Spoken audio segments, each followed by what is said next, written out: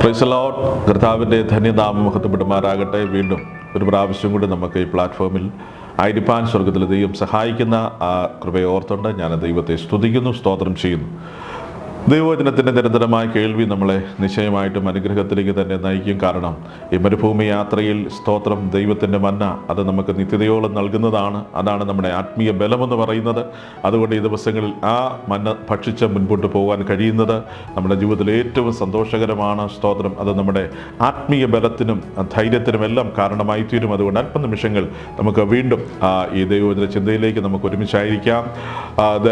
നിശ്ചയമായിട്ടും അത് നിങ്ങളെ സന്തോഷത്തിലേക്കും അനുഗ്രഹത്തിലേക്കും നയിക്കുമാറാകട്ടെ. കഴിഞ്ഞ ആഴ്ചയിൽ നമ്മളെ ചിന്തിപ്പാൻ ഇടയായി തീർന്നത് ആത്മാവിൽ ആയിത്തീരുക എന്നുള്ളതാണ്. സ്തോത്രം. ആത്മാവിലായിത്തീരേണ്ട ആവശ്യകത, അതുകൊണ്ടുള്ള പ്രയോജനങ്ങൾ എന്താണ് എന്നുള്ളതിനെക്കുറിച്ച് നമ്മൾ ചിന്തിപ്പാനായിട്ട് ഇടയായി തീർന്നു. ഈ ആഴ്ചയിൽ നമ്മൾ ചിന്തിക്കുവാൻ കർത്താവിൽ ശരണപ്പെടുന്നത് ക്രിസ്തുവാകുന്ന പാറയിൽ നമ്മൾ ആയിരിക്കുക എന്നുള്ളതാണ്. ക്രിസ്തുവാകുന്ന പാറയിൽ നമ്മൾ ആയിരിക്കുക. ക്രിസ്തുവാകുന്ന പാറയിൽ നമ്മളായിരിക്കുമ്പോൾ അതുകൊണ്ട് എന്ത് പ്രയോജനമാണ് നമുക്കുണ്ടാകുന്നത്? സ്തോത്രം. അതേക്കുറിച്ച് അല്പനിമിഷങ്ങൾ നമുക്ക് ഒരുമിച്ച് ചിന്തിപ്പാനായിട്ട് ഇടയാകട്ടെ. നമ്മൾ തിരുവനന്തപുരത്തിൽ വായിക്കുന്നത്, ഒരുവൻ ക്രിസ്തുവിലായാൽ അവൻ പുതിയ സൃഷ്ടിയാകുന്നു. യേശു കർത്താവിൽ ഞാനും നിങ്ങളുമായി തീരുമ്പോൾ നമ്മുടെ ജീവിതത്തിൻ്റെ പശ്ചാത്തലങ്ങളെല്ലാം മാറുകയാണ്. നമ്മുടെ അകത്തെ മനുഷ്യൻ ക്രിസ്തുവിൽ പരിപോഷിപ്പിക്കപ്പെടുകയാണ്. പഴയ മനുഷ്യൻ മരണപ്പെടുകയാണ്.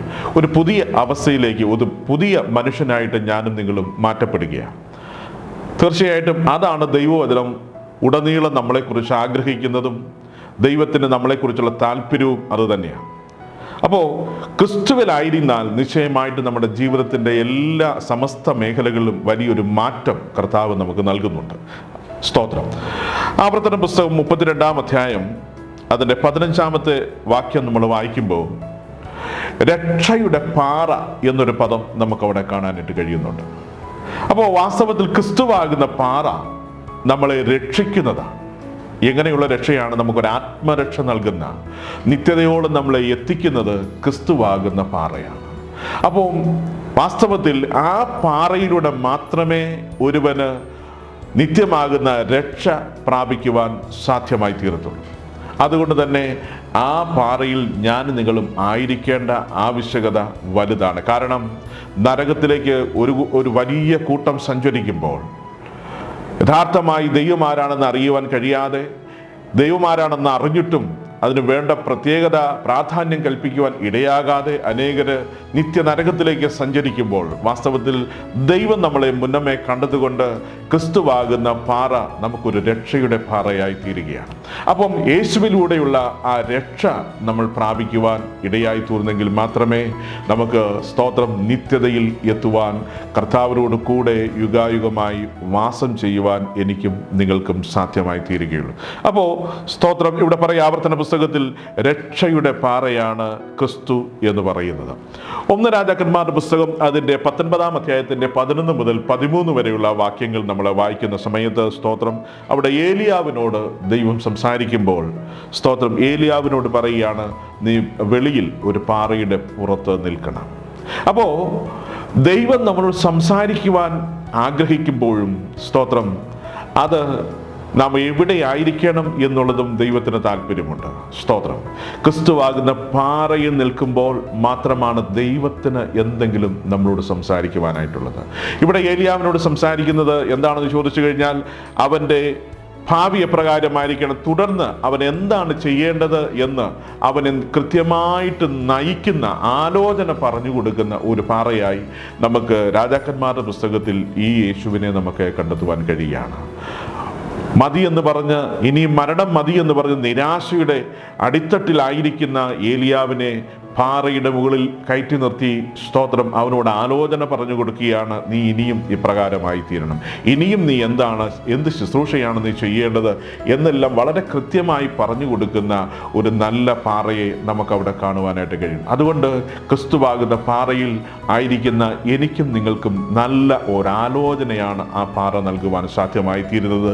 നിരാശ ജീവിതത്തിൽ കടന്നു വരുമ്പോൾ, ജീവിതം വഴിമുട്ടി എന്ന് തോന്നുന്ന സന്ദർഭങ്ങളിൽ എന്താണ് ഇനി ചെയ്യേണ്ടതെന്ന് അറിയാതെ ഇഷ്ടമില്ലാതെ പകച്ചു നിൽക്കുന്ന സന്ദർഭങ്ങളിലെല്ലാം നമുക്ക് കൃത്യമാകുന്ന ആലോചന നൽകി തരുവാൻ കഴിയുന്ന ഒരു പാറയാണ് ക്രിസ്തുവാകുന്ന പാറ എന്ന് പറയുന്നത്. അതുകൊണ്ട് തന്നെയാണ് ആ പാറയിൽ നമ്മളായിരിക്കണം എന്നുള്ളത് ദൈവം നമ്മളെക്കുറിച്ച് ആഗ്രഹിക്കുന്നത്. പുറപ്പാട് പുസ്തകം 33-ാം അധ്യായം അതിൻ്റെ 21-ാമത്തെ വേദഭാഗം നമ്മൾ വായിക്കുമ്പോൾ മോശ ദൈവത്തെ കാണുവാൻ ആഗ്രഹിക്കുമ്പോൾ ദൈവം പറയുകയാണ്, നീ ഒരു പാറമേൽ കയറി നിൽക്കണം. ആ സമയത്ത് ഞാൻ അതിലേക്ക് പോകുമ്പോൾ നിനക്ക് എന്നെ കാണുവാനായിട്ട് സാധ്യമായി തീരും. അപ്പം ദൈവത്തെ കാണുവാൻ കഴിയണമെങ്കിൽ ഒരു പാറയിൽ കയറിയ മതിയാകും. ഒന്നുകൂടെ പറഞ്ഞു കഴിഞ്ഞാൽ, ക്രിസ്തുവാകുന്ന പാറയിലൂടെ മാത്രമേ ഒരുവന് ദൈവത്തെ കാണുവാൻ കഴിയുകയുള്ളൂ. വാസ്തവത്തിൽ എന്താ അതുകൊണ്ട് അർത്ഥമാക്കുന്നത്? സ്തോത്രം, മനുഷ്യനായി അവതരിച്ച യേശുവിലൂടെ മാത്രമേ യഥാർത്ഥമായിട്ട് ഒരു മനുഷ്യന് ദൈവത്തിലേക്ക് എത്തപ്പെടുവാൻ സാധ്യമായി തീർത്തിയുള്ളൂ. അതുതന്നെയാണ് വേദപുസ്തകം കർത്താവ് പറയുന്നത്, എന്നിൽ കൂടെ അല്ലാതെ ആരും പിതാവിൻ്റെ അടുക്കൽ എത്തുന്നില്ല. അപ്പോൾ വാസ്തവത്തിൽ ദൈവത്തെ യഥാർത്ഥമായി കാണുവാൻ കഴിയണമെങ്കിൽ അത് യേശുവാകുന്ന പാറയിലൂടെ മാത്രമേ സാധ്യമായി തീരത്തുള്ളൂ. അതാണ് പഴയ നിയമത്തിൽ മോശയുടെ ചിത്രം നമുക്ക് നൽകുന്നതായ യഥാർത്ഥമാകുന്ന വെളിപ്പാടെന്ന് പറയുന്നത്. അപ്പോൾ മോശ ദൈവത്തോട് പറയും, എനിക്ക് നിന്നെ കാണണമെന്ന് പറയുമ്പോൾ ദൈവം പറയുകയാണ്, നീ അടുത്തുള്ള പാറയിൽ വന്ന് നിൽക്കണം, ഞാൻ കടന്നു പോകുമ്പോൾ നിനക്ക് എന്നെ കാണുവാൻ സാധ്യമായി തീരും. അപ്പോൾ ദൈവത്തെ കാണണമെങ്കിൽ ക്രിസ്തുവാകുന്ന പാറയിലൂടെ മാത്രമേ ദൈവത്തെ എനിക്കും നിങ്ങൾക്കും കാണുവാൻ സാധ്യത. പലരും നിരീശ്വരവാദികളായി നടക്കുന്നവർ നമുക്കറിയാം. പലരുടെ ആവശ്യം ദൈവമുണ്ടെങ്കിൽ ഒന്ന് കാണിച്ചു തരണമെന്നാണ്. എന്നാൽ ദൈവത്തെ കാണുവാൻ കഴിയണമെങ്കിൽ യേശുവിലൂടെ അല്ലാതെ മറ്റൊരു വഴിയില്ല. സാക്ഷാൽ ദൈവമായിരുന്നവൻ വേഷത്തിൽ ഒരു മനുഷ്യനായി കടന്നു വന്നതാണ് യേശു. ഈ യേശുവിലൂടെ മാത്രമേ ഒരുവന് ജീവനുള്ള ദൈവത്തെ കാണുവാൻ സാധ്യമായി തീരുകയുള്ളൂ. അതാണ് മോശയിലൂടെ നമുക്ക് കാണുവാനായിട്ട് സാധ്യമായി തീരുന്നത്. അപ്പോൾ ദൈവത്തെ കാണുവാൻ കഴിയുന്ന ഒരു പാറ. സ്തോത്രം. അപ്പോൾ ക്രിസ്തുവാകുന്ന പാറയിൽ ഞാൻ നിങ്ങളുമായി തീരണം എന്ന് പറയുമ്പോൾ ദൈവത്തെ യഥാർത്ഥമായിട്ട് കാണുവാൻ കഴിയണമെങ്കിൽ സ്തോത്രം ആ ക്രിസ്തുവാകുന്ന പാറയിൽ കൂടെ മാത്രമേ സാധ്യമായി തീരുന്നുള്ളൂ. എബ്രായ ലേഖനം 12-ാം അധ്യായത്തിൽ നമ്മൾ വായിക്കുന്നുണ്ട്, സ്തോത്രം, യേശുവിനെ നോക്കുവാൻ പറയുന്നു. എബ്രായ ലേഖനം 3-ാം അധ്യായത്തിൽ നമ്മൾ വായിക്കുന്നു, യേശുവിനെ ശ്രദ്ധിച്ചു നോക്കുവാൻ പറയുന്നു. എന്താ പറയുന്നതിന്റെ അർത്ഥം? ദൈവത്തെ കാണുവാൻ കഴിയണമെങ്കിൽ സ്തോത്രം യേശുവിനെ ശ്രദ്ധിച്ചു നോക്കിയാൽ അതിലൂടെ ദൈവത്തെ നമുക്ക് കാണുവാൻ കഴിയും. യേശുവിനെ നോക്കിയാൽ അതിലൂടെ നമുക്ക് ദൈവത്തെ കാണുവാൻ കഴിയുക. സ്തോത്രം. അപ്പോൾ അതുകൊണ്ട് വാസ്തവത്തിൽ ദൈവത്തെ കാണണമെന്ന് യഥാർത്ഥമായിട്ട് ആഗ്രഹിക്കുന്ന ആരെങ്കിലും എൻ്റെ വാക്കുകൾ ശ്രദ്ധിക്കുന്നുണ്ടെങ്കിൽ അത് യേശുവിലൂടെ മാത്രമേ സാധ്യമാകുകയുള്ളൂ. മറ്റാരിലൂടെയും നിങ്ങൾക്ക് ദൈവത്തെ കാണുവാൻ സാധ്യമായി തീരുകയില്ല. അപ്പോൾ ക്രിസ്തുവാകുന്ന പാറയിൽ നമ്മളായിരിക്കണം എന്ന് പറയുന്നതിൻ്റെ മറ്റൊരു താല്പര്യം എന്ന് പറയുന്നത് ദൈവത്തെക്കുറിച്ചുള്ള യഥാർത്ഥമാകുന്ന വെളിപ്പാട് നൽകുന്നത് ക്രിസ്തുവാകുന്ന പാറയിലൂടെയാണ്. സ്തോത്രം. അതുകൊണ്ട് ഈ ദിവസങ്ങളിൽ ദൈവത്തെ യഥാർത്ഥമായിട്ട് കാണുവാൻ പലപ്പോഴും നമ്മളൊക്കെ ദൈവത്തെ കാണുന്നത് മറ്റ് പല സ്വാർത്ഥമാകുന്ന താല്പര്യങ്ങൾ ഉള്ളിൽ വെച്ചുകൊണ്ടാണ്. യേശു ഈ ഭൂമിയിലായിരുന്നപ്പോൾ യേശുവിനെ കാണുവാനായിട്ട് യേശുവിനെ എൻ്റെ അടുക്കൽ വന്ന നിരവധി പേരെ നമുക്ക് കാണാൻ കഴിയുന്നുണ്ട്. ചിലർ അപ്പം തിന്നുവാൻ വേണ്ടി യേശുവിൻ്റെ അടുക്കൽ വന്നിട്ടുണ്ട്. ചിലർ അത്ഭുതങ്ങൾ കാണുവാൻ വേണ്ടി യേശുവിൻ്റെ അടുക്കൽ വന്നിട്ടുണ്ട്. ചിലർ അത്ഭുതങ്ങൾ അനുഭവിക്കുവാൻ വേണ്ടി യേശുവിൻ്റെ അടുക്കൽ കടന്നു വന്നിട്ടുണ്ട്.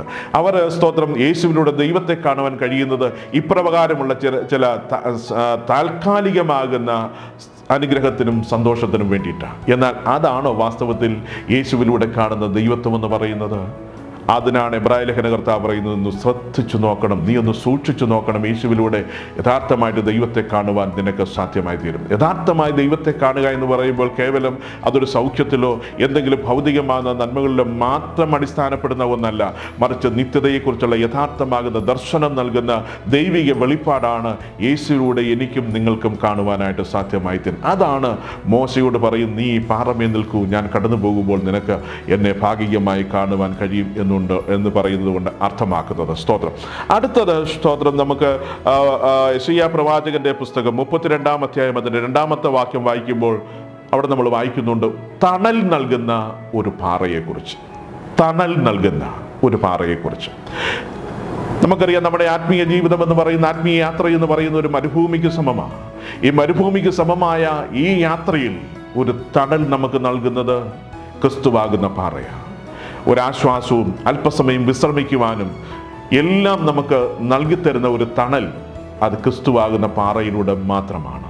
മറ്റുള്ള എല്ലാ തണലുകളുമൊക്കെ സ്തോത്രം നശിച്ചു പോകുമ്പോൾ, മാറിപ്പോകുമ്പോൾ, അത് നിത്യമല്ലാതെ ഇരിക്കുമ്പോൾ നിത്യമായി നമുക്ക് തണൽ നൽകി തരുവാൻ കഴിയുന്ന ഒരു യഥാർത്ഥ പാറ എന്ന് പറയുന്നത് ക്രിസ്തുവാകുന്ന പാറയാണ്. ആ ക്രിസ്തുവാകുന്ന പാറയിലൂടെ മാത്രമേ ഈ മരുഭൂമി യാത്രയിൽ അല്പം ആശ്വാസവും അല്പം തണലും അല്പം വിശ്രമവും ഒക്കെ നമുക്ക് പ്രാപിക്കുവാൻ സാധ്യമായി തീരത്തുള്ളൂ. ഇവിടെ യെശയ്യാ പ്രവാചകൻ പറയുകയാണ്, ഒരു തണൽ നൽകുന്ന പാറയാണ് ക്രിസ്തു എന്ന് പറയുന്നത്.